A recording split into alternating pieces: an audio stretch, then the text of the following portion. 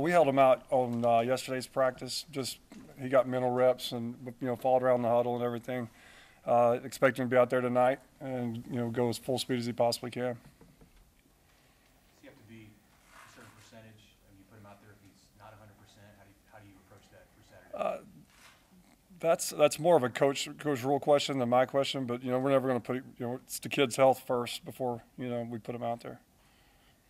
How do you feel the other guys have done this week in their prep work? Good.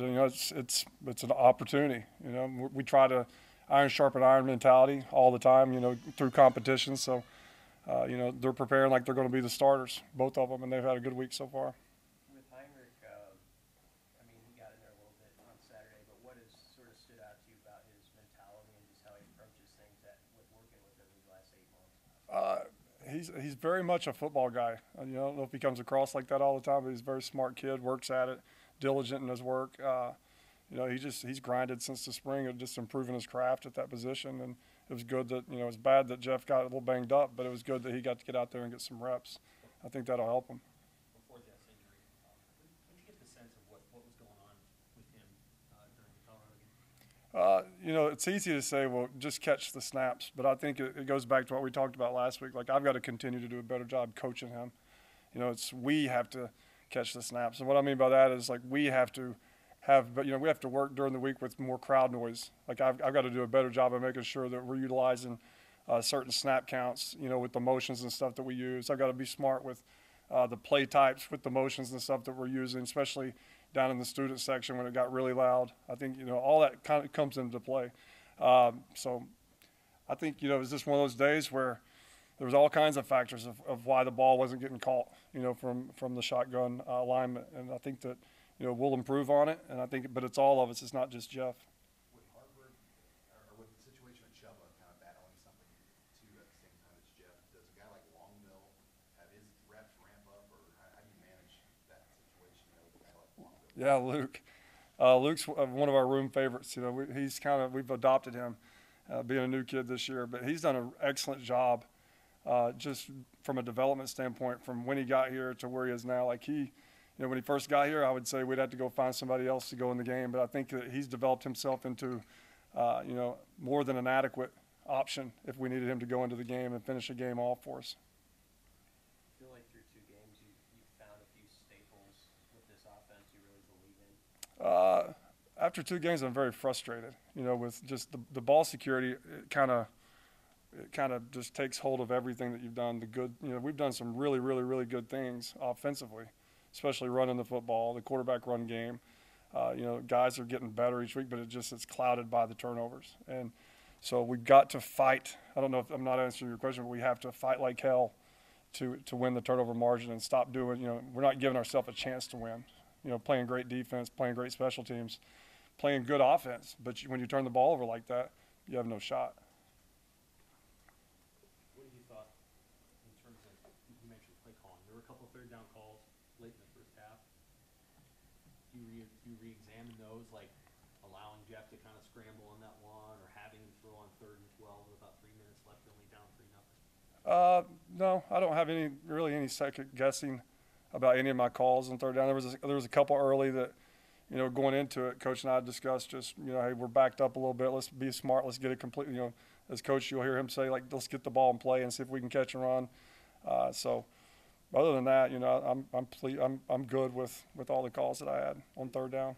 Did the turnover issue crop up during the season, or was it something that was going on in August? No, it was.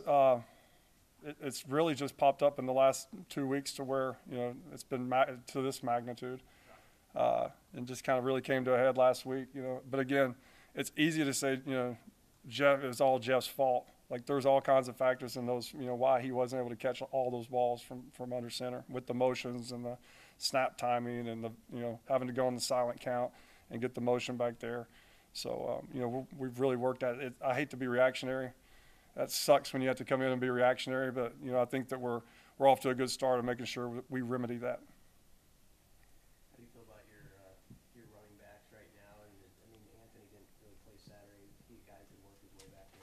100%. And he had a great day Sunday, great day yesterday. So, you know, he's going to keep working his way back into the alignment, you know, working his way back into the lineup. You know, he's very, very physical and gives us a lot of options back there. I'm pleased with the entire room. They've done a nice job. They've been productive. Gabe's been productive. You know, Ramirez's been productive. So they're off to a good start.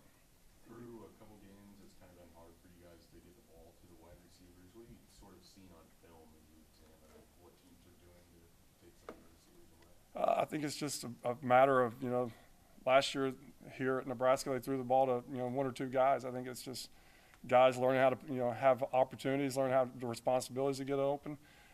You know, I think that we improved a little bit last week. You know, Billy, at least we got the ball in Billy's hands last week, and I think we'll continue to improve this week. We know that in order to be a good offense, we can't just run the ball and run the quarterback.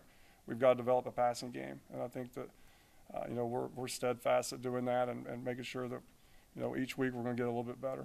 From your time with Coach Rule, I'm sure you've heard some of the things in the past that he's been saying this week about, you know, double down on what you're doing, trust the process. What does that kind of stuff mean to you? What does it look like when you put it into practice? It means don't be reactionary in a manner where you're going to change it. Well, we're going to do this differently now, or, you know, you come in and you're like, you know, I know we've been repping these plays since the spring, but we're changing our mind. These new plays are going to work. I know we met for, you know, 20 minutes last week, but let's meet for 60 this week. Like all those little things. Like our process is our process. We own our process. We learn, live, and defend the process.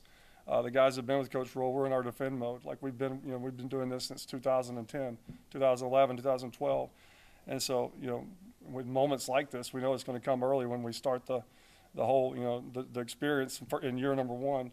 And our thing has always been just double down on the process. Don't change it.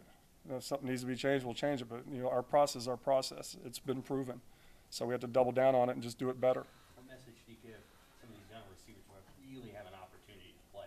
They don't have to, like, wait their turn. They can play right away. Yeah, they need to come out and practice. And they need, you know, when we're doing one-on-ones, they need to go get open. They need to attack the ball. They need to show that, you know, be competitive and be productive. And, you know, there's a heck of an opportunity out there at that position to go and make plays and do things. Have you ever had a situation where basically only 3 receivers took 95% of the snaps? I have, yeah. I mean, is it a good situation? Not a great situation, but I've been there before.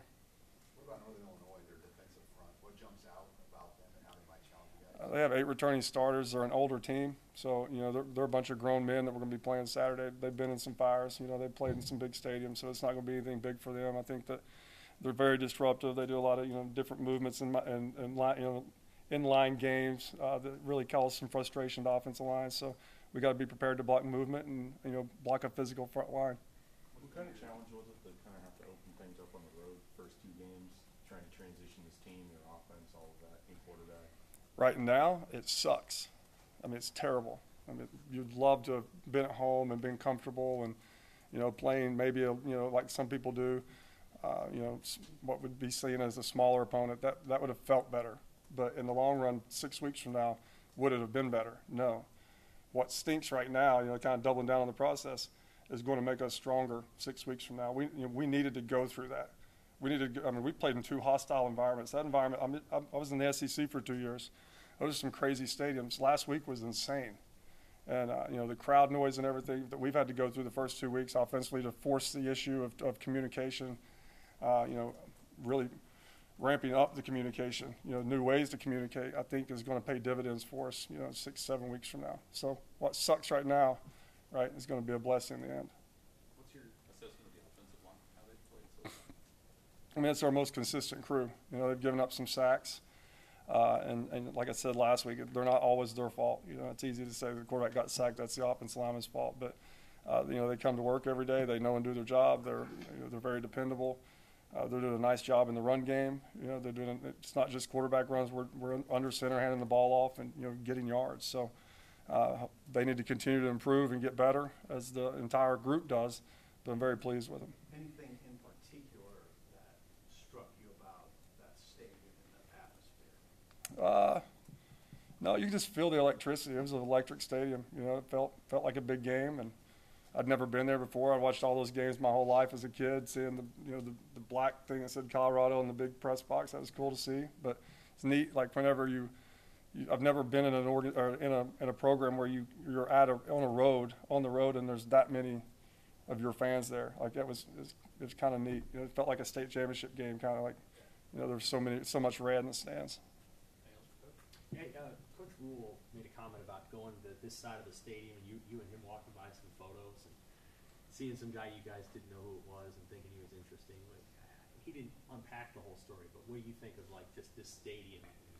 It's the coolest thing, and like Coach Rule came in my office this morning, and you know, it's been a grind the last 3 days, and it's not been a lot of fun for anybody, you know, trying to work through all this stuff. And he opens the door and he's like, Sat, what's up? Good morning. He goes, woke up this morning, we're freaking coaching football at Memorial Stadium this weekend. How cool is that? You know, and it is cool. It's I hope I never take it for granted. Just walking, you know, through the halls and seeing the pictures, you can just feel the history, the tradition, and we got to honor that. And you know, I'm going to go walk through there and just start, you know, saying some prayers to the Nebraska Memorial Stadium football gods, just win the turnover margin. So it's a blessing to be here, and we love it.